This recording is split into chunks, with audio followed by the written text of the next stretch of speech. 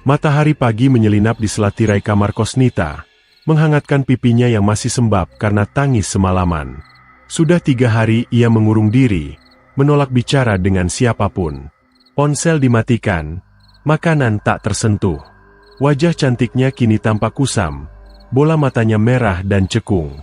Nita tak pernah menyangka lelaki yang begitu ia cintai akan tega mengkhianatinya. Rangga, pria mapan yang dikenalnya sejak kuliah, lelaki yang dulu menjemputnya saat hujan turun dan menyelimutinya saat demam, kini berubah menjadi pengkhianat berhati batu. Semua berawal dari undangan pernikahan yang tak sengaja ditemukan Nita di Instagram temannya. Undangan digital itu memajang foto Rangga bersanding mesra dengan wanita lain, seorang wanita berkulit putih, bermata tajam, dan berdandan mewah. Di bawahnya tertulis jelas, Rangga Aklarissa, 10 Februari, Gedung Seruni Convention Hall. Dunia Nita seketika runtuh. Air matanya menetes tanpa suara. Jemarinya gemetar, menggenggam layar ponsel erat-erat. Otaknya menolak percaya, tapi mata tak bisa membohongi. Lelaki yang 2 hari sebelumnya masih mengiriminya pesan, "I love you, sayang," kini justru bersiap menikahi orang lain. Nita menghubungi Rangga malam itu juga. Berkali-kali, tak diangkat. Ia nekat datang ke kantor Rangga keesokan harinya, namun ditolak satpam dengan dingin. "Mas Rangga tidak menerima tamu pribadi, Mbak. Sudah ada instruksi," katanya sambil menutup pintu gerbang perlahan. Seperti ditampar kenyataan, Nita pulang dengan tubuh lunglai. Malamnya, ia menangis sambil memeluk bantal, menggigit ujung selimut, meracau tak jelas, memanggil-manggil nama Rangga dalam isak yang semakin pilu. Kepalanya terasa penuh, dadanya seperti meledak. "Kenapa, Rangga? Kenapa kamu tega?" Rasa sakit di dada Nita berubah menjadi bara. Rasa cinta yang dulu hangat kini menyala menjadi dendam. Jika semua lelaki seperti Rangga, maka semua lelaki pantas dihukum. Kalimat itu berulang kali terngiang dalam pikirannya. Dan entah sejak kapan, suara dalam kepalanya mulai membisikkan hal-hal aneh. Suara itu halus, namun terus memanggil-manggil. "Ada jalan jika kau ingin membalas. Datanglah ke ujung desa. Temui Mak Narti." Awalnya Nita mengabaikannya. Tapi malam demi malam ia dihantui mimpi-mimpi aneh. Tangan berlumuran darah, ranjang yang menghisap tubuh lelaki, dan suara tangis dari dalam tanah. Sampai akhirnya, di malam ke-7 sejak ia tahu pengkhianatan Rangga, Nita bangkit dari tempat tidur dengan mata kosong dan langkah pasti. Ia berjalan seorang diri menuju ujung desa, menembus kabut malam yang menebal seperti selimut kematian. Di sanalah ia menemukan sebuah gubuk reot di tengah hutan bambu, berdiri miring dengan lampu minyak yang berkedip di dalamnya. Bau kemenyan dan tanah basah menyambut langkahnya. Seorang perempuan tua berambut putih kusut duduk di sudut ruangan.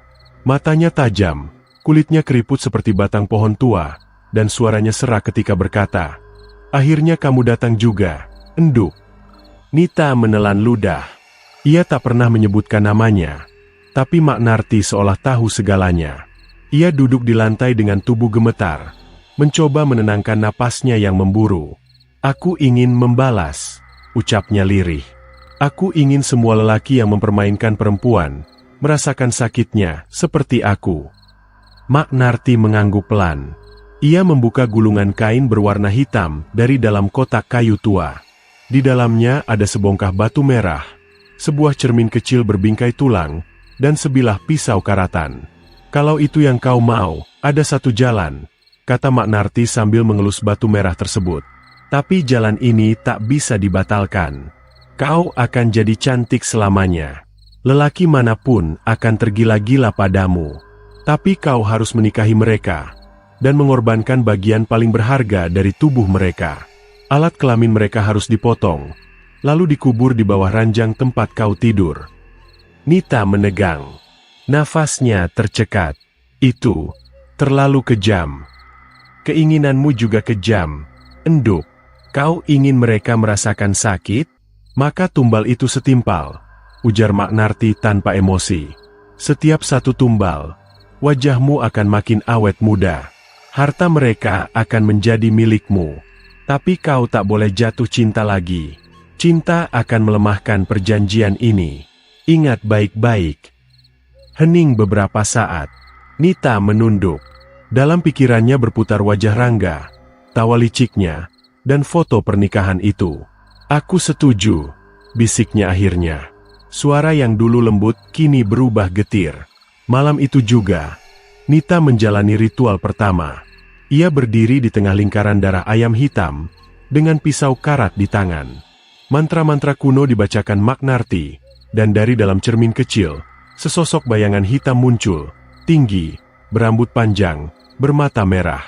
Ia disebut sebagai Ratu Perawan Abadi, sosok yang akan menuntun Nita dalam jalan pesugihan terlarang. Ketika ritual selesai, tubuh Nita terasa ringan. Pipinya merona seperti gadis remaja, kulitnya lebih cerah, matanya berbinar.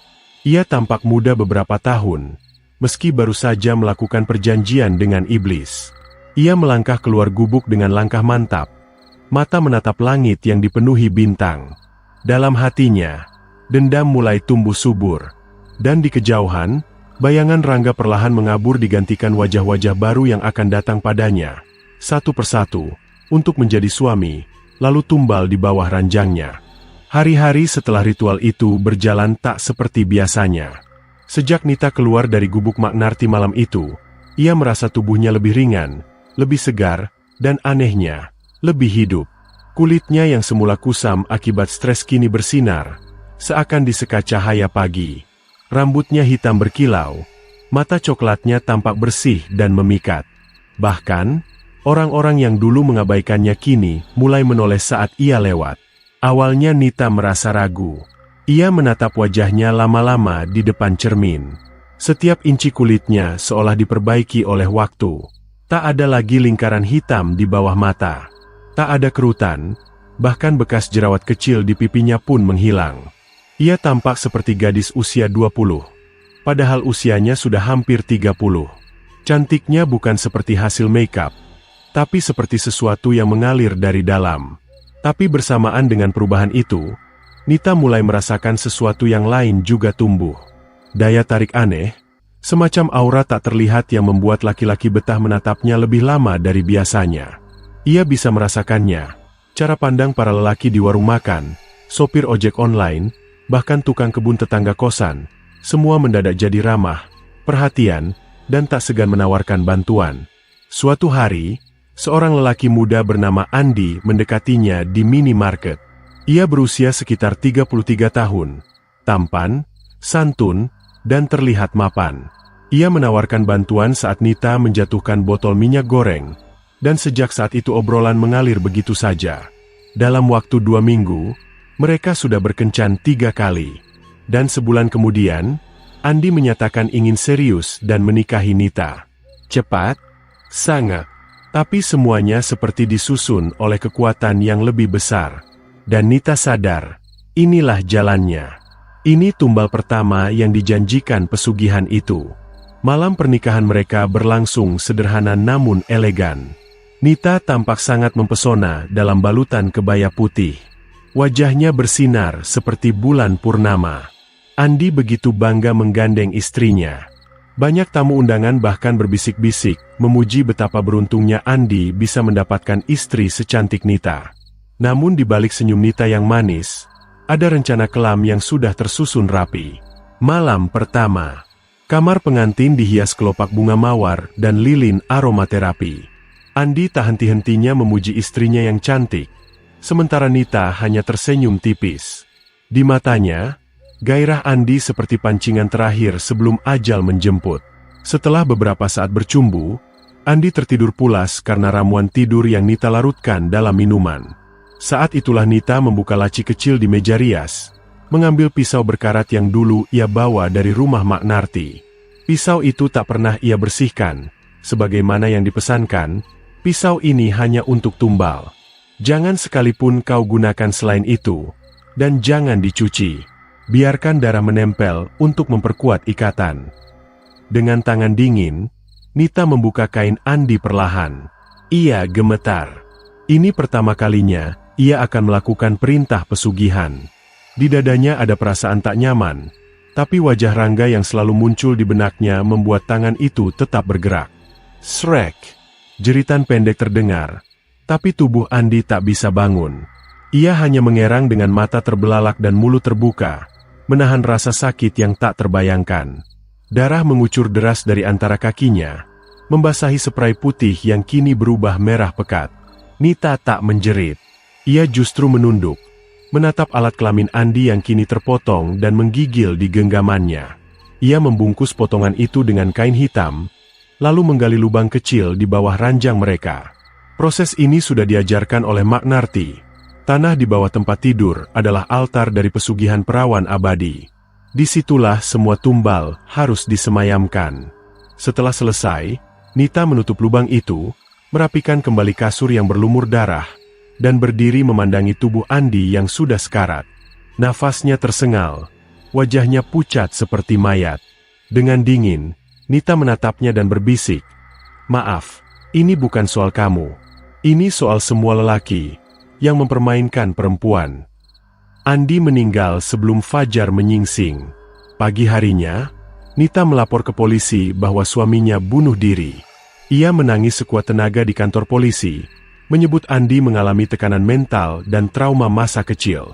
Karena luka di tubuh Andi cukup samar dan tidak ditemukan tanda-tanda kekerasan lain, pihak kepolisian menerima versi cerita Nita. Jenazah Andi dikuburkan cepat oleh keluarga, dan rumah beserta isinya diwariskan pada Nita sesuai surat nikah mereka. Hanya dalam semalam, ia menjadi janda kaya yang cantik jelita. Tapi di dalam hatinya, tak ada kebahagiaan. Yang ada hanya rasa kosong, dan semacam bisikan yang terus memanggil. "Satu sudah cukup, tapi kau harus terus. Jalanmu belum selesai." Sejak malam itu, Nita mulai bermimpi aneh lagi. Kali ini lebih nyata. Dalam mimpinya, ia berada di sebuah ruangan putih, duduk di ranjang besar yang di bawahnya terdengar suara rintihan pria. Tanah bergoyang pelan-pelan, seperti sedang bernafas. Dan dari lantai muncul genangan darah yang menetes perlahan ke bawah. Ia terbangun dengan keringat dingin membasahi seluruh tubuh. Tapi tak ada penyesalan di matanya. Justru ada sesuatu yang baru tumbuh. Semacam keyakinan bahwa ini memang jalannya. Ia tahu kini, satu tumbal telah membuatnya makin kuat. Dan 10 akan menjadikannya abadi. Nita menatap cermin di kamar barunya. Senyumnya perlahan melebar. Matanya menatap lurus pada bayangan dirinya sendiri yang kini tampak. Bukan seperti dirinya lagi. Ada sesuatu di balik sorot mata itu. Dingin, kelam, dan haus. Di luar kamar, suara angin malam berdesir pelan. Dan di bawah ranjang itu, tanah masih basah. Dan napas pertama dari bawah bumi baru saja dimulai. Semenjak kematian Andi, kehidupan Nita berubah drastis. Tak hanya wajahnya yang semakin memukau, tapi keberuntungannya juga seperti tak terbendung. Tawaran kerja, hadiah undian, bahkan uang misterius yang masuk rekeningnya seolah datang begitu saja tanpa diminta. Semua terasa seperti balasan dari ritual pertama yang telah ia jalani. Balasan atas tumbal yang telah dikuburkan di bawah ranjangnya. Namun Nita tahu, ini baru awal. Ia belum selesai. 10 tumbal. Itu syaratnya. Dan Andi baru yang pertama. Beberapa minggu setelah kematian suaminya, Nita mulai bergaul kembali di lingkungan sosial. Ia tidak tampil mencolok, tapi cukup menonjol untuk menarik perhatian. Ia mulai menghadiri acara komunitas, pertemuan alumni, hingga arisan ibu-ibu muda. Semua laki-laki yang mengenalnya menatapnya dengan kekaguman. Mereka tak sadar bahwa di balik senyum dan sorot matanya yang lembut, tersimpan niat yang mengerikan. Salah satu lelaki yang paling menonjol mendekatinya adalah Bayu, duda anak satu, berusia 40-an, berwajah teduh dan sangat sopan. Bayu adalah pengusaha kecil yang cukup sukses di bidang properti. Ia melihat Nita dalam sebuah seminar properti di hotel, dan sejak saat itu, mereka jadi sering berkomunikasi. Bayu tampak benar-benar jatuh cinta. Ia perhatian, sabar, bahkan menyayangi Nita dengan tulus. Tapi sayangnya, cinta yang tulus bukan lagi sesuatu yang bisa meluluhkan hati Nita. "Aku tidak percaya lagi dengan cinta," ujar Nita pelan suatu malam saat mereka duduk di sebuah kafe. Bayu hanya tersenyum. Nita, tidak semua lelaki seperti masa lalumu. Izinkan aku buktikan. Nita menatap mata Bayu. Dalam hati, ia ingin percaya. Tapi suara dalam kepalanya kembali berbisik. Cinta akan melemahkanmu. Kau harus melupakan hati. 10 tumbal. Jangan berhenti. Maka saat Bayu melamarnya sebulan kemudian, Nita tidak menolak. Ia menerima lamaran itu dengan senyum yang dalam. Hatinya memang ragu, tapi kekuatan pesugihan lebih besar dari rasa iba yang tersisa di dalam dirinya. Pernikahan kedua berlangsung lebih mewah. Bayu memanjakan Nita dengan pesta taman yang dikelilingi lampu gantung dan bunga mawar putih. Banyak tamu yang datang dan memberikan ucapan bahagia. Mereka mengira Nita akhirnya menemukan cinta sejatinya. Tak ada yang tahu, malam itu adalah malam kematian berikutnya. Setelah pesta, mereka menginap di villa milik Bayu di daerah puncak. Malam pertama kembali menjadi titik awal. Nita tahu apa yang harus dilakukan. Ritual itu harus diulang. Tumbal harus lengkap. Dan pisau karat itu sudah ia simpan di dalam koper, tersembunyi rapi di balik pakaian dalamnya. Di kamar, Bayu memeluknya dengan penuh cinta. Aku akan menjagamu selamanya, Nita, bisiknya. Nita terdiam. Di matanya mulai terlihat genangan air. Tapi ia cepat-cepat menoleh ke samping. Ia tidak boleh rapuh. Tidak di hadapan calon tumbal. Sama seperti sebelumnya, Nita mencampurkan cairan tidur ke dalam segelas susu hangat yang diberikan ke Bayu. Tak lama kemudian, Bayu terlelap. Senyumnya masih menggantung di wajahnya. Dengan tangan gemetar, Nita mengambil pisau dari koper. Ia berlutut di samping ranjang, membuka selimut perlahan. Bayu mengerang pelan dalam tidurnya, tapi tidak sadar. Pisau itu sudah mengarah ke titik yang dituju. Maaf, Mas Bayu, bisik Nita. Air matanya menetes kali ini. Tapi tangan itu tetap bergerak. Srek. Darah menyembur. Dan Bayu menggeliat kesakitan. Tapi seperti sebelumnya, tubuhnya lumpuh karena ramuan. Ia hanya bisa mengerang dan menatap Nita dengan mata yang mulai redup. Nita menyelesaikan proses dengan cepat. Potongan organ itu dibungkus kain hitam. Lalu ia menggali tanah di bawah ranjang villa dan menguburnya dalam-dalam. Ritual selesai. Tumbal kedua dikunci di altar tanah, seperti yang diperintahkan oleh Mak Narti. Bayu meninggal keesokan harinya. Dokter menyebutkan serangan jantung sebagai penyebab. Nita menangis di hadapan keluarga Bayu, memeluk anak semata wayang suaminya, dan mengatakan bahwa ia akan selalu menjaga kenangan Bayu. Tapi begitu malam tiba, dan ia kembali tidur sendiri di ranjang, Nita mulai merasakan perubahan yang lebih kuat. Wajahnya kini terlihat seperti gadis belasan tahun. Kulitnya benar-benar putih mulus tanpa celah. Rambutnya panjang dan berkilau seperti iklan sampo. Bahkan ia bisa melihat perubahan dalam suara dan langkahnya. Lebih ringan, lebih menggoda, lebih memikat. Ia tahu, kekuatan pesugihan sudah makin dalam resap dalam tubuhnya. Namun di balik semua itu, mimpi-mimpi buruk mulai datang lebih sering. Kali ini lebih mengerikan dari sebelumnya.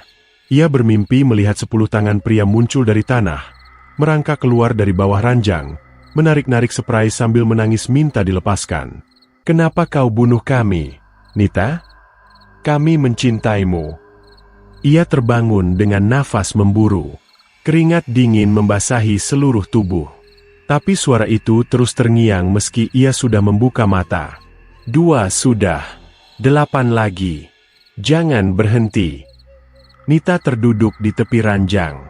Ia menatap lantai, tepat di atas tanah yang sudah 2 kali menelan tubuh lelaki yang mencintainya. Untuk sesaat, ada getar di hatinya. Tapi getar itu langsung ditelan oleh suara dari dalam kepalanya. Pesugihan ini bukan tentang cinta. Ini tentang kekuasaan. Kecantikan. Abadi. Tak tersentuh waktu. Tak tersentuh pengkhianatan seperti Rangga dulu. Dan jika itu berarti harus terus menumbalkan laki-laki, maka biarlah. Ia akan jalani. Sampai genap 10 Dengan mata dingin, Nita menatap bulan di jendela villa. Wajahnya terlihat seperti malaikat.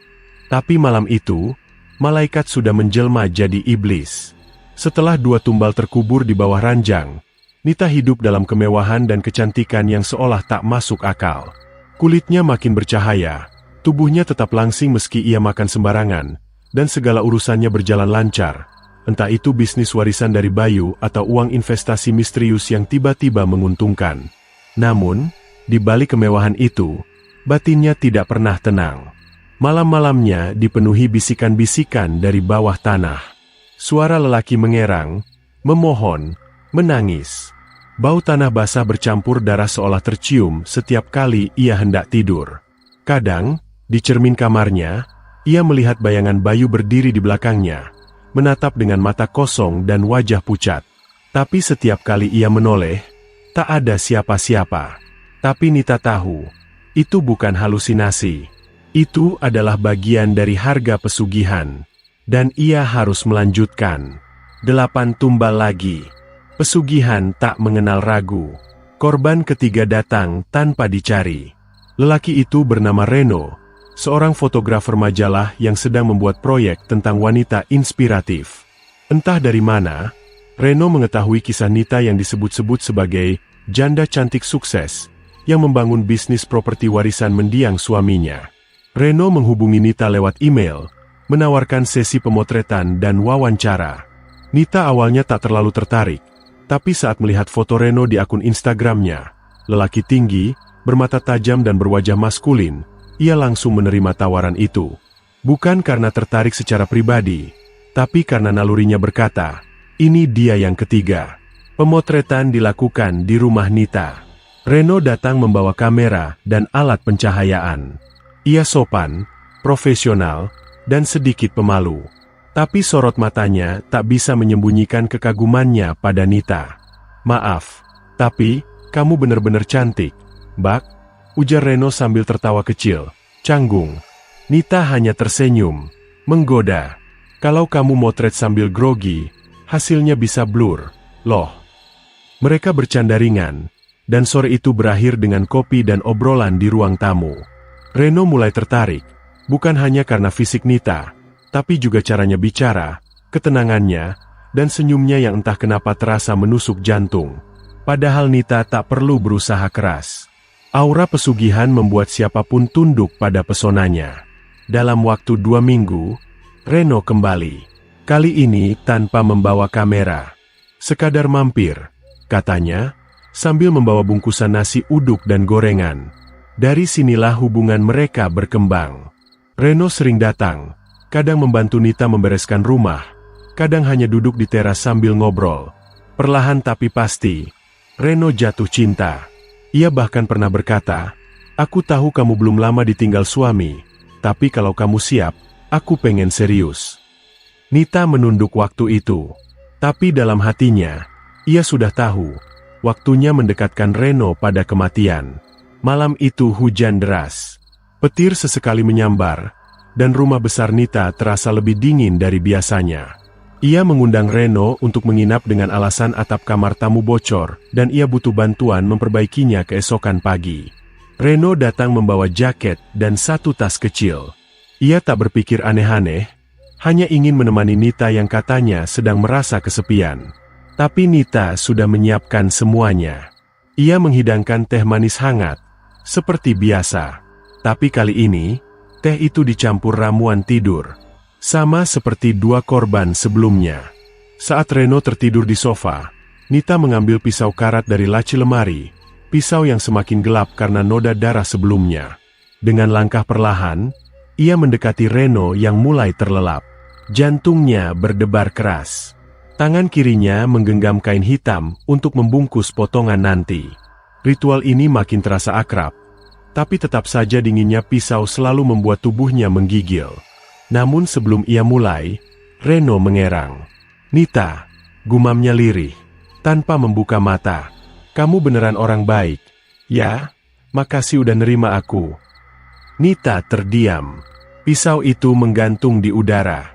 Ucapan Reno menghentak hatinya. Kenapa lelaki-lelaki ini selalu mencintainya tulus? Setelah ia bersumpah tak lagi percaya cinta, ia gemetar. Mata mulai basah. Tapi suara lain terdengar di telinganya.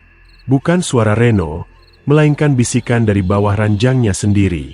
Bisikan serak, kasar, dan mendesak. Lanjutkan. Jangan berhenti. Darahnya memperpanjang hidupmu. Dan akhirnya, srek. Reno merintih lirih. Napas tercekat. Darah memercik di lantai marmer, mewarnai sofa putih dengan corak merah yang mengerikan. Nita memejamkan mata saat melakukannya. Air mata jatuh. Tapi tak ada penyesalan. Hanya kehampaan. Setelah organ Reno dibungkus dan dikubur di bawah ranjangnya, ia membersihkan lantai, mengganti kain pel, lalu duduk lama di pojok kamar dengan tubuh gemetar. Tak ada suara selain hujan yang masih mengguyur bumi.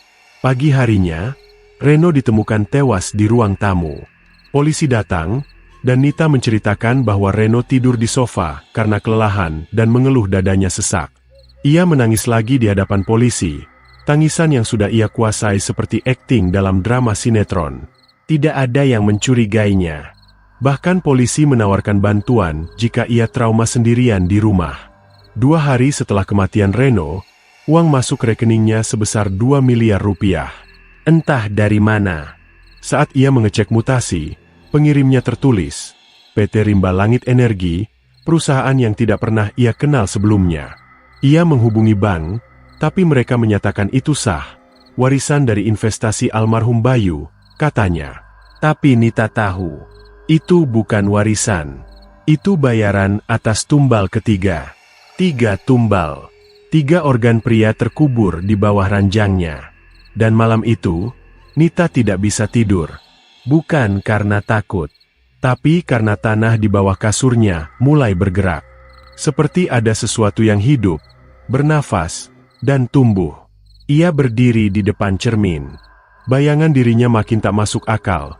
Kulit seperti porselen, mata bercahaya, tubuh seolah gadis belia. Tapi di balik semua itu, matanya menyimpan luka dalam. Luka dari dendam, luka dari rangga, luka dari cinta yang membuatnya rela menjadi iblis. Namun suara dalam kepalanya kembali berbisik. 7 lagi. Setelah itu, abadi. Kau akan bebas dari rasa sakit selamanya. Dan Nita percaya. Meski mimpi buruk mulai menumpuk. Meski wajah-wajah lelaki itu datang di malam hari sambil menangis. Ia akan lanjutkan.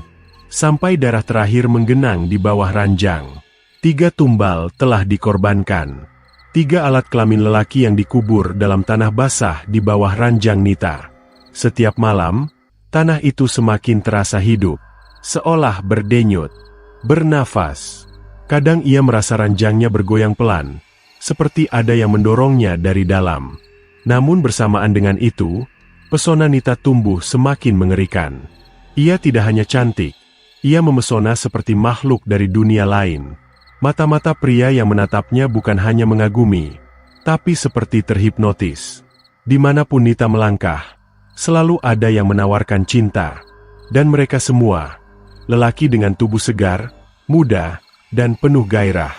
Namun Nita tidak sembarang memilih. Ia tahu, pesugihan ini punya aturan tak tertulis. Tumbal harus tulus, harus mencintainya, harus rela secara batin sebelum dikorbankan. Maka ia harus bermain hati-hati, seperti pemangsa yang sabar mengintai mangsa paling empuk. Pada suatu pagi, Nita menghadiri acara pelatihan bisnis perempuan mandiri yang diselenggarakan oleh pemerintah daerah. Di antara puluhan peserta, ia bertemu dengan seorang lelaki yang menarik perhatiannya bukan karena ketampanan, tapi karena kelembutan dan kecanggungannya. Arfan, seorang relawan sosial yang membantu sebagai mentor keuangan. Arfan bukan pria flamboyan. Ia sederhana, memakai kemeja kotak dan tas selempang lusuh. Tapi caranya berbicara, tenang, jelas, dan penuh perhatian, membuat Nita terdiam lama usai sesi kelas. Setelah acara selesai, Arfan menghampirinya. Saya sudah pernah dengar kisah sukses Ibu Nita. Luar biasa. Saya pikir, mungkin Ibu bisa jadi pembicara di komunitas kami juga. Nita tersenyum, manis sekali. Jangan panggil saya, Ibu, Mas. Saya belum setua itu. kan? Arfan tergagap. Oh, iya, maaf. Nita, ya, boleh. Mereka tertawa, dan sejak hari itu, Nita tahu, Arfan adalah target keempat. Namun tidak seperti yang lain, Arfan tidak mudah didekati secara romantis. Ia sopan, menjaga jarak, bahkan tidak pernah mencoba menyentuh tangan Nita meski jelas ada ketertarikan. Ia sering mengundang Nita ke kegiatan sosial, mengajar anak jalanan, memberi pelatihan pada ibu-ibu desa, dan membagi sembako. Semakin dalam Nita mengenalnya, semakin rumit perasaannya.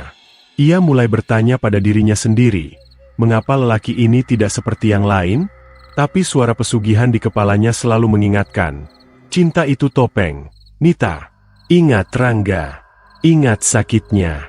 Jangan bodoh, kau butuh 7 lagi. Dan Nita menuruti suara itu.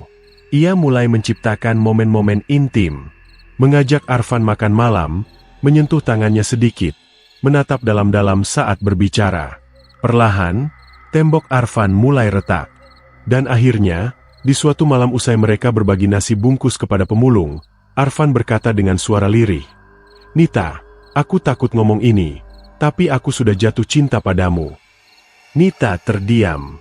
Ia menatap wajah Arfan yang sedikit berkeringat, gugup, tapi jujur. Ia bisa merasakan tulusnya. Di dalam dadanya, ada rasa hangat, tapi juga dingin. Dingin karena ia tahu, ini berarti waktunya tiba. 2 hari kemudian, Nita mengundang Arfan ke rumahnya. Dengan alasan sederhana, memperbaiki tirai jendela di kamar belakang yang terlepas. Arfan datang tanpa curiga. Ia membawa obeng dan tali gantung, sambil bercanda. "Saya bukan tukang profesional, loh. Tapi demi kamu, saya belajar." Malam itu berjalan seperti biasanya. Nita memasak sup jagung. Mereka makan sambil mendengar hujan rintik. Nita sesekali tersenyum dan mencuri pandang ke arah lemari tempat pisau itu disimpan. Hatinya bergetar. Ia benci bagian ini, tapi ia tahu, ritual harus dilakukan. Seperti biasa, ia mencampurkan ramuan tidur ke dalam teh jahe. Arfan meminumnya perlahan, sambil terus bicara tentang rencananya mendirikan rumah singgah untuk anak-anak jalanan. Tak lama, matanya mulai berat, kepalanya rebah di meja.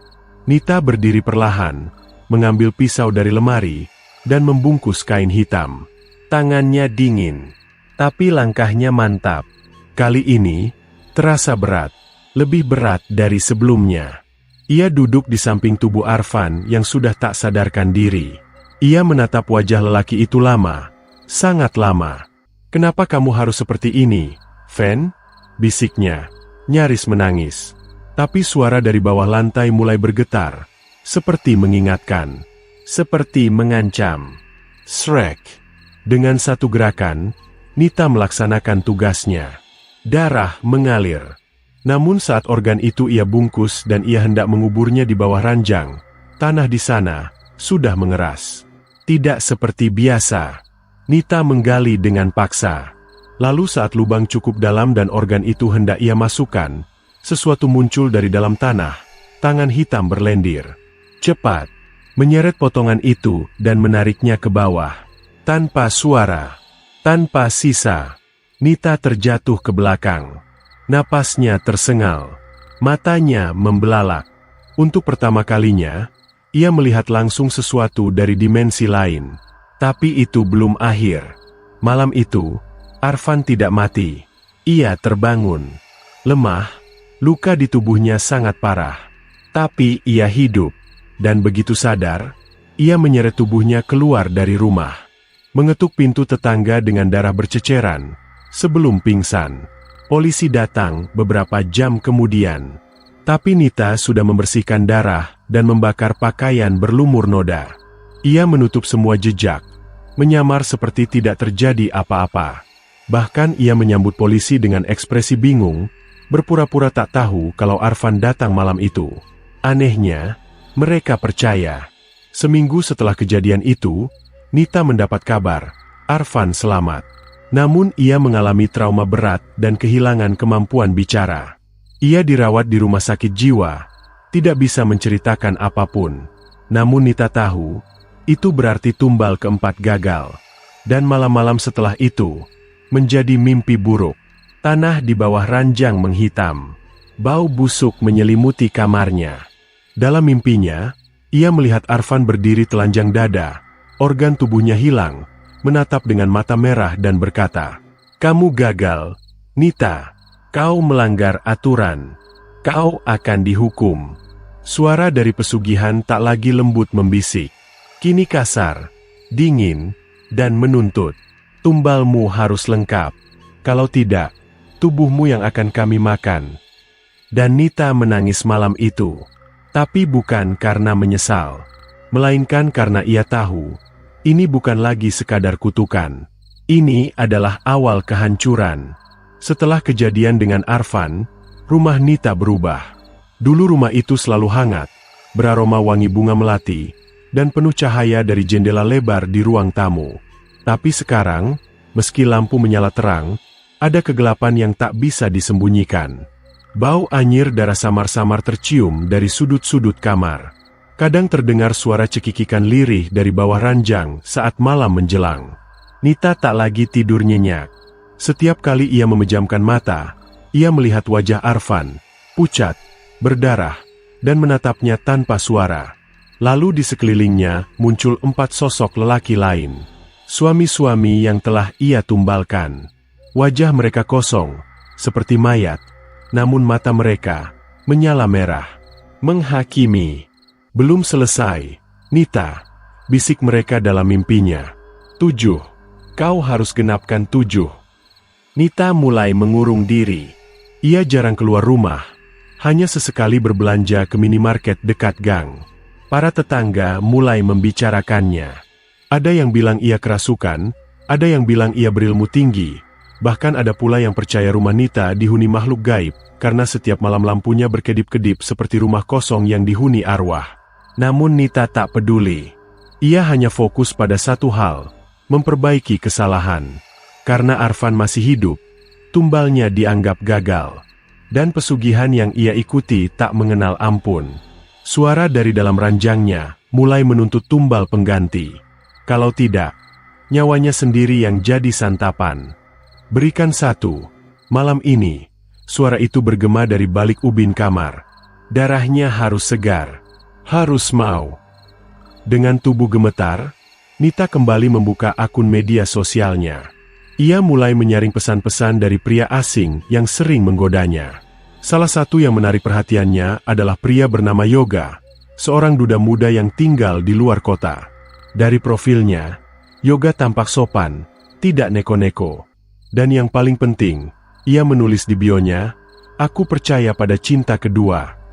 Itu cukup. Dalam waktu seminggu, Nita dan Yoga mulai dekat. Obrolan mereka intens. Kadang sampai tengah malam. Yoga mengaku kesepian sejak istrinya meninggal 3 tahun lalu karena kanker rahim. Ia ingin mencari pendamping yang bisa menerima masa lalunya. Nita berpura-pura tersentuh. Ia memainkan perannya dengan sempurna.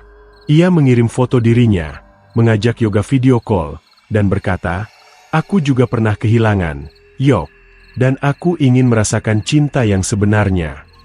Malam-malam yang dingin jadi lebih hangat dengan kata-kata manis.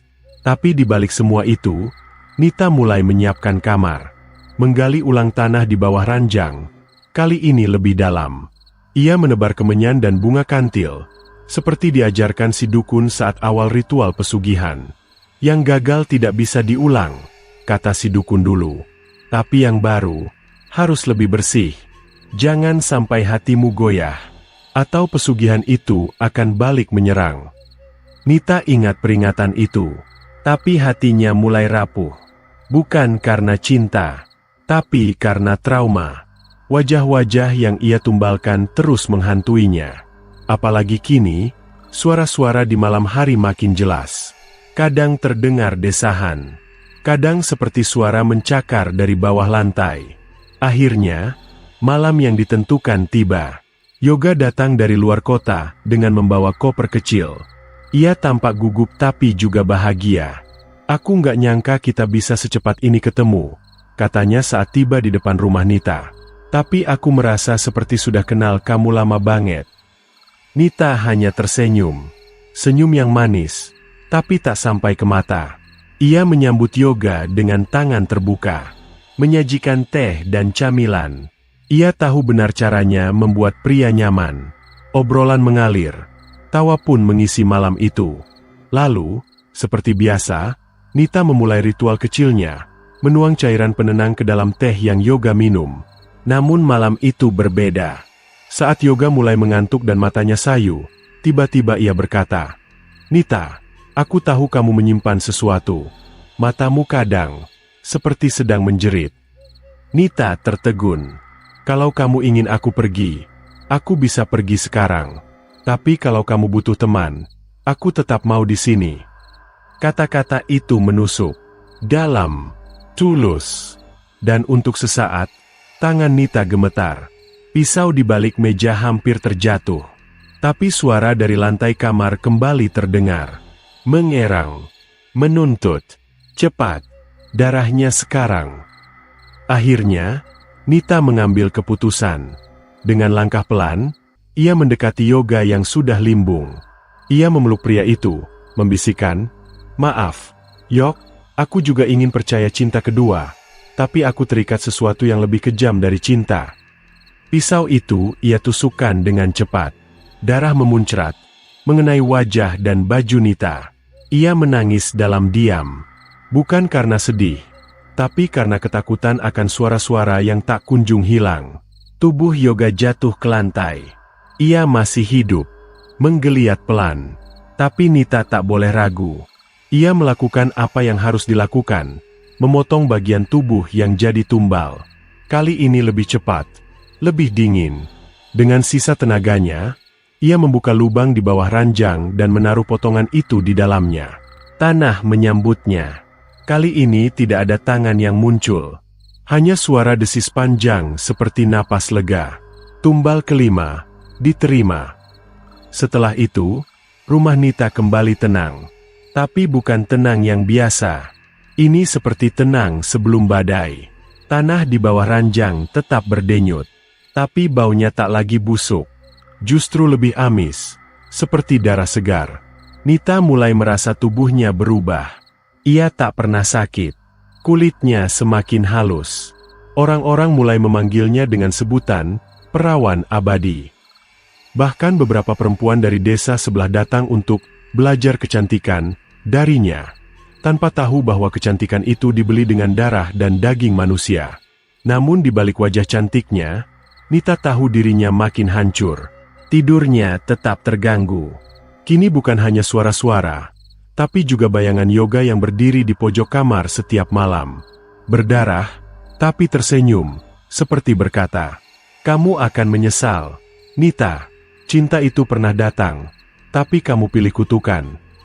Dan Nita tak bisa menjawab, karena ia pun mulai percaya, rumah itu, ranjang itu, bukan lagi tempat tinggal manusia, melainkan rumah bagi dosa. Dan ia hanya penghuninya sementara. Beberapa bulan setelah tumbal kelima, Nita kembali menjalani hidupnya seperti biasa, atau setidaknya berusaha seolah-olah semuanya baik-baik saja. Wajahnya masih awet muda, tubuhnya semakin ramping, dan kulitnya putih bersih seperti porselen. Banyak yang iri, tak sedikit pula yang diam-diam ingin menjadi seperti Nita. "Wajahmu makin cantik, Nit. Serius, kayak anak gadis umur 20-an, kata Burani, tetangganya, suatu pagi saat mereka bertemu di warung. Nita hanya tersenyum, manis, namun penuh kepalsuan. Ia tak ingin ada yang tahu bahwa setiap pujian yang ia terima, dibayar dengan darah dan potongan tubuh pria-pria yang pernah mencintainya. Namun malam hari adalah kutukannya. Karena saat semua orang tidur nyenyak, Nita malah harus menghadapi kenyataan mengerikan. Setiap kali ia berbaring di ranjang, suara itu muncul. Bukan hanya desisan atau cekikikan seperti dulu. Kali ini ada suara lirih, seperti seseorang sedang menangis tertahan di bawah kasur. Terkadang terdengar dentuman kecil, seolah ada yang mengetuk dari balik lantai. Dan yang paling mengerikan adalah tangan. Ya, Sesekali dari sela-sela lantai kayu di bawah ranjangnya, muncul tangan-tangan pucat yang seolah ingin meraih tubuh Nita. Jemari mereka dingin, berlumur tanah dan darah, bergerak-gerak tanpa arah. Tak ada wajah yang muncul, hanya isyarat bahwa mereka masih ada. Masih menuntut. Nita sudah mulai terbiasa. Tapi malam itu berbeda. Hari itu, seorang lelaki tampan datang dari kota. Namanya Reno. Ia seorang fotografer lepas, dan tanpa sengaja bertemu Nita saat memotret pemandangan sawah di dekat rumahnya. Reno ramah, senyumnya tulus, dan tak butuh waktu lama untuk membuat hati Nita sedikit bergetar. "Namamu Nita?" tanya Reno sambil mengusap peluh di dahinya. "Iya, kamu bukan orang sini, ya?" Nita membalas sambil tersenyum malu-malu. "Bukan, aku dari Jogja. Lagi nyari inspirasi. Tapi kayaknya udah ketemu inspirasi yang pas sekarang," godanya. Nita tertawa, tapi dalam hatinya resah. Lelaki ini berbeda. Ia tidak datang karena diajak. Ia datang sendiri, tanpa pancingan, tanpa racikan pesugihan. Dan itu membuat hati Nita goyah. Hari-hari berikutnya, Reno sering datang ke rumah Nita. Kadang mengantar buah, kadang cuma mampir sebentar untuk minum teh. Mereka bicara tentang banyak hal, tentang masa lalu, tentang kehilangan, dan tentang harapan. Dan untuk pertama kalinya setelah sekian lama, Nita merasa tenang. Senyuman Reno bukan hanya menghangatkan hatinya, tapi juga membuatnya lupa sejenak akan suara-suara dari bawah ranjang. Namun itulah yang membuat segalanya berbahaya. Malam itu, Nita duduk termenung di kamarnya. Matanya tertuju pada lantai kayu yang kini sudah mulai menghitam. Aroma amis kembali menyengat, lebih tajam dari biasanya. Suara desis terdengar jelas. Tumbal selanjutnya. Tumbal ke-6.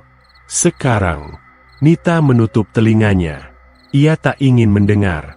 Tapi suara itu masuk ke kepalanya, menggema seperti jeritan ribuan arwah. "Kau tak bisa berhenti. Kau sudah setengah jalan. Kau mau mati sia-sia?" Dan saat itulah, Reno mengirim pesan.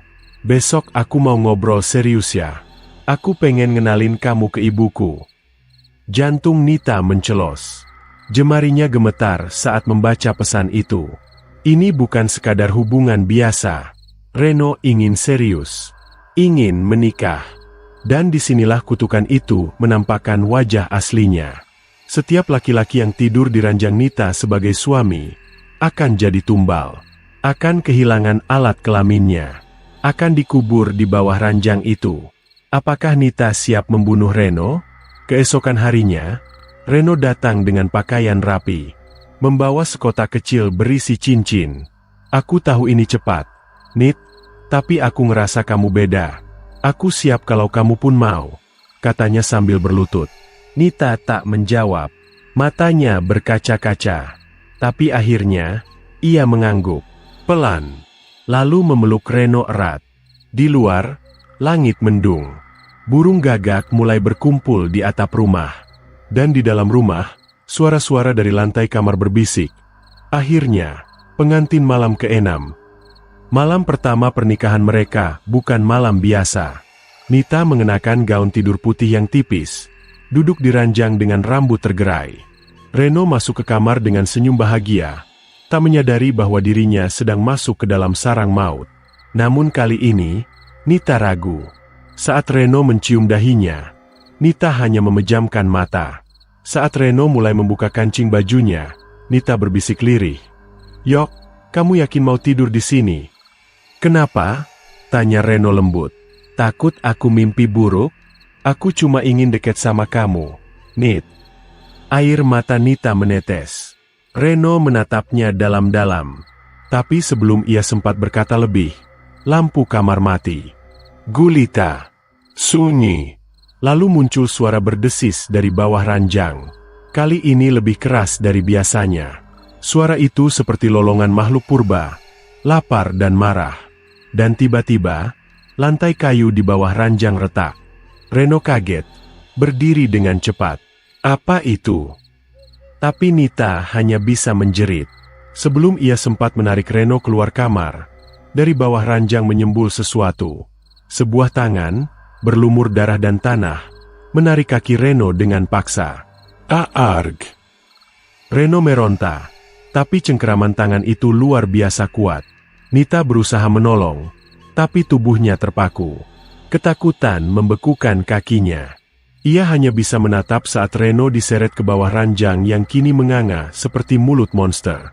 Namun anehnya, Reno tidak hilang seluruhnya. Hanya bagian bawah tubuhnya yang tertarik, dan suara robekan daging serta tulang terdengar jelas. Lalu, seperti biasa, alat kelamin Reno terpotong dan tercampak ke samping ranjang. Tumbal ke-6 diterima. Keesokan harinya, rumah Nita sepi. Tidak ada yang tahu bahwa malam sebelumnya, Reno telah hilang. Nita hanya mengatakan Reno pulang ke kota karena ibunya sakit. Namun di dalam kamar, lantai kayu sudah mulai berwarna merah gelap. Tanah di bawahnya mengeluarkan bau busuk bercampur darah. Dan Nita, kini lebih cantik dari sebelumnya. Wajahnya bening, matanya cerah, kulitnya seperti tak tersentuh usia. Namun tiap malam ia menangis. Karena ia tahu, tak peduli berapa banyak tumbal diberikan, kesepiannya tak akan pernah sirna. Dan ranjang itu akan terus meminta korban, hingga darah terakhir menetes. Sudah 2 bulan berlalu sejak Reno menghilang. Warga mulai curiga. Beberapa teman Reno dari Jogja datang mencarinya, menempelkan selebaran wajahnya di beberapa tiang listrik desa. Tapi Nita tenang. Ia sudah terbiasa berbohong, bahkan kepada dirinya sendiri. Kamu yakin dia balik ke kota? Beneran gak pamit ke siapa-siapa? Tanya Pak Lurah saat berkunjung. Dia bilang buru-buru. Pak, ibunya sakit. Jawab Nita dengan suara lembut. Pak Lurah mengangguk. Ya sudah, kalau kamu tahu apa-apa, langsung kabari ya. Reno orang baik. Sayang kalau menghilang begitu saja. Nita mengangguk. Senyumnya tenang. Tapi di balik itu, jantungnya berdegup keras. Sebab malam tadi, ranjangnya bergetar lagi. Reno bukan hanya korban. Ia adalah cinta. Satu-satunya lelaki yang benar-benar membuat Nita ingin berhenti. Tapi sekarang sudah terlambat. Tumbal ke-6 sudah diterima. Pesugihan tak bisa dihentikan sesuka hati. Sekali masuk, tidak bisa keluar, kecuali dengan nyawa. Dan tanda-tandanya mulai muncul. Pertama, dinding kamar Nita mulai berjamur. Meskipun cuaca sedang panas-panasnya, jamur itu tumbuh seperti pola akar, menjalar ke lantai, lalu ke sisi ranjang. Kedua, bau tanah busuk makin menyengat. Bahkan orang-orang yang mampir ke rumah mulai menutup hidung. Kamu nyimpen bangkai tikus, ya? Celetuk Bu Lurah. Yang ketiga, dan paling mengerikan, adalah sosok Reno yang terus muncul di mimpi Nita. Ia berdiri di pojok kamar, dengan wajah separuh hancur dan mata kosong. Aku cinta kamu, Nit. Tapi kenapa kamu lakuin ini? Bisiknya setiap malam. Nita menangis dalam tidur.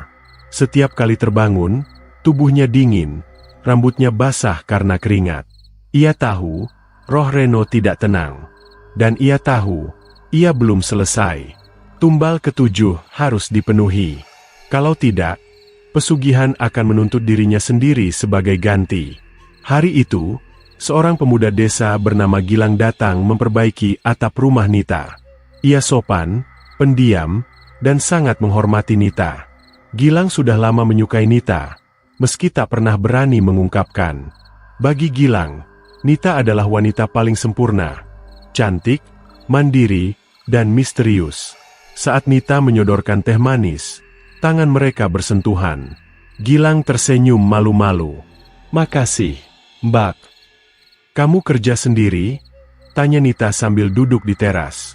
Iya. Kalau sendirian lebih cepat. Gak ribet. Jawab Gilang sambil tertawa kecil. Dan disinilah semuanya dimulai. Bukan karena Nita suka, tapi karena harus. Kalau tidak ada suami baru, ia sendiri yang akan dijadikan tumbal. Malam itu, Nita membuka lembar baru dalam daftar hitamnya. Ia mulai mendekati Gilang, memberi perhatian, memberi senyum manis yang tak bisa ditolak. Gilang pun jatuh semakin dalam. Seminggu kemudian, Gilang melamar. Dan 3 hari setelah itu, mereka menikah diam-diam. Malam pengantin Gilang berbeda. Tidak seperti Reno yang romantis dan penuh harapan. Gilang gugup. Ia terlalu bahagia untuk curiga. Wajahnya bersinar. Dan saat Nita masuk kamar dengan balutan kain tipis, Gilang ternganga kagum. "Mbak, maksudku, Nita, kamu cantik banget," ucapnya lirih. Tapi Nita tak menjawab. Matanya kosong. Hatinya berat. Tangannya dingin. Namun ia tak punya pilihan. Dan ketika Gilang mulai mendekat, desisan dari bawah ranjang mulai terdengar lagi. Kali ini lebih berat. Lebih dalam. Seperti napas dari perut bumi. Gilang mendadak berhenti. "Kamu dengar suara itu?" Nita hanya menggeleng. Tapi tiba-tiba, ranjang bergetar pelan. Seolah-olah ada yang sedang menggeliat di bawahnya. Ranjangmu kenapa, Nit?" "Tidur saja," jawab Nita pelan. Suaranya nyaris tak terdengar. Namun tepat ketika Gilang merebahkan tubuhnya, sesuatu menyeret kakinya ke bawah. Sama seperti yang terjadi pada Reno. Gilang menjerit. Tangannya mencakar-cakar sprei. "Nita, tolong! Ada apa ini?" Nita menunduk, menangis. Tapi ia tak bisa menolong. Gilang diseret setengah badan ke bawah ranjang. Suara robekan daging dan tulang kembali terdengar. Tumbal ke-7 diambil. Darah menyembur ke dinding. Dan di tengah keheningan itu, suara Reno muncul di telinga Nita. "Kamu pikir kamu bisa terus hidup seperti ini?" Hari-hari setelah itu jauh lebih gelap. Bukan hanya karena bau bangkai yang makin menusuk, tapi karena mimpi-mimpi buruk yang terus menghantui Nita. Setiap malam ia melihat Reno dan Gilang berdiri berdampingan, menatapnya dengan mata kosong. Kadang mereka bicara, kadang hanya diam. Tapi malam itu, mereka bicara bersamaan. "Kamu akan jadi tumbal, Nita. Sebentar lagi, kami akan datang menjemputmu." Tubuh Nita menggigil saat terbangun. Ia muntah darah untuk pertama kalinya. Cermin di kamarnya mulai retak. Bahkan rambutnya, yang selama ini tak pernah beruban, mulai berubah kusam. Pesugihan mulai menuntut. Ia tak boleh terlambat. Tumbal harus segera diberikan. Sebab jika tidak, arwah-arwah lelaki mati itu akan mengambil alih semuanya. Dan tak ada jaminan mereka akan sebaik saat hidup dulu. Suatu malam, pintu kamar Nita terbuka sendiri. Padahal semua jendela tertutup, dan tak ada angin sama sekali. Dari celah pintu, terdengar suara langkah kaki pelan. Tap, tap, tap. Nita menoleh. Di ambang pintu, Reno dan Gilang berdiri. Wajah mereka setengah hancur, namun mata mereka merah menyala. "Nita," kata Reno, "kamu harus ikut kami." Gilang menambahkan, "Kamu nggak bisa terus lari." Nita berteriak, tapi tubuhnya tak bisa bergerak. Ia hanya bisa meronta di tempat tidur, sementara lantai mulai terbuka sedikit demi sedikit. Sesuatu di bawah ranjang merangkak naik. Bukan tangan, tapi tubuh utuh. Sosok lelaki tanpa alat kelamin, berlumur darah, matanya hitam seperti bara, menjulurkan tangannya ke arah Nita. "Giliranmu," gumam sosok itu. Nita menjerit, tapi tak ada yang mendengar. Di luar kamar, angin menderu. Semua tetangga tertidur lelap.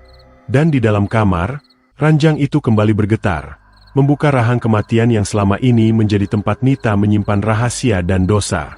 Malam itu adalah malam terakhir Nita. Keputusannya sudah bulat. Tak ada jalan kembali. Ia terperangkap dalam lingkaran tak kasat mata yang mematikan. Ketakutannya sudah melampaui rasa sakit yang ditimbulkan oleh kematian. Malam ini, tak ada lagi pria yang akan menjadi tumbal.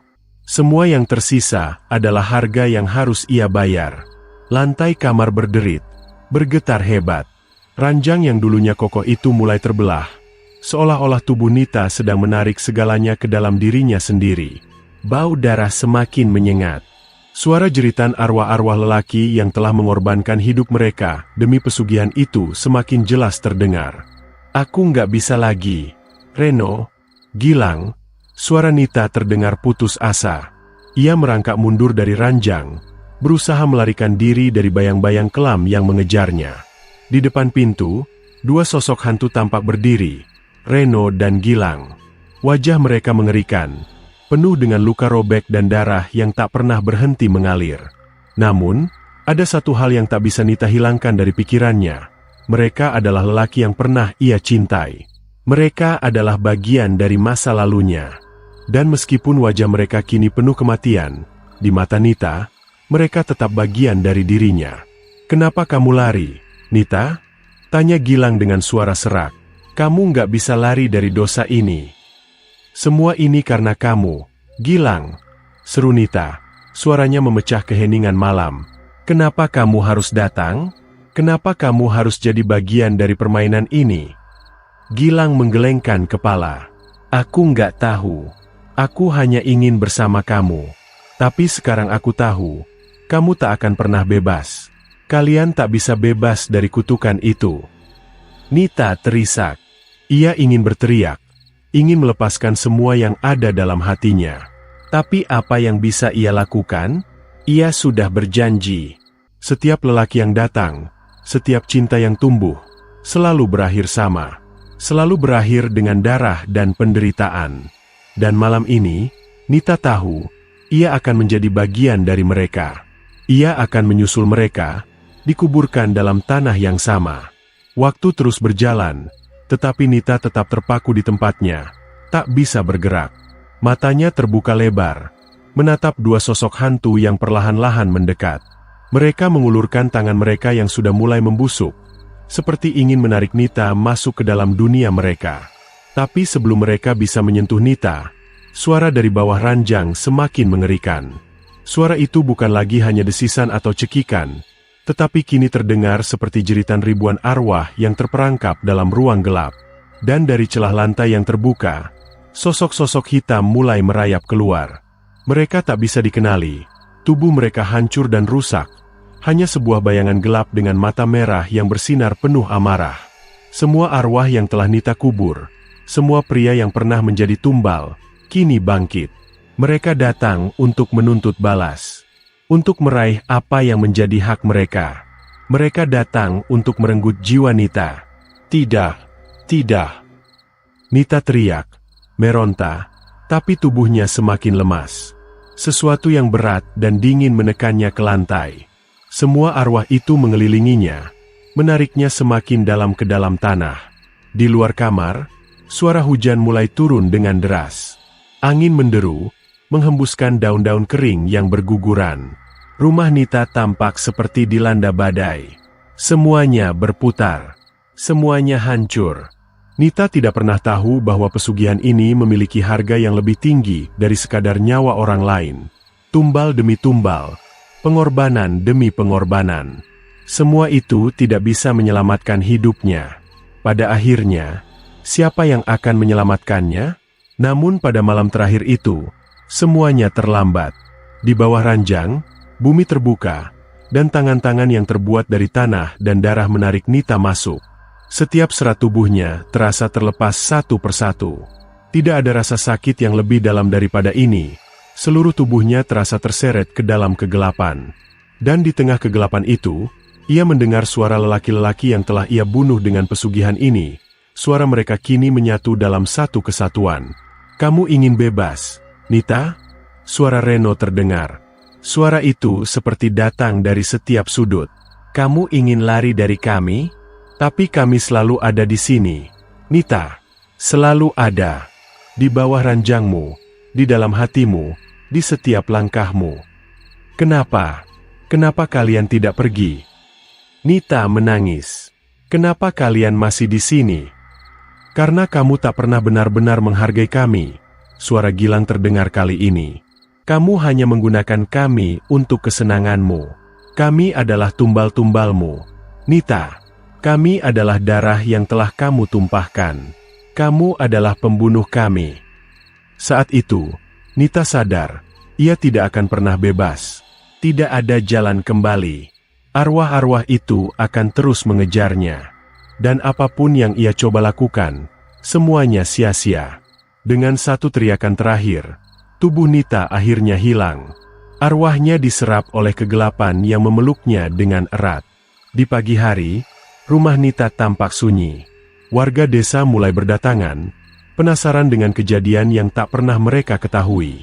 Mereka mendapati rumah itu kosong. Semua jendela tertutup rapat.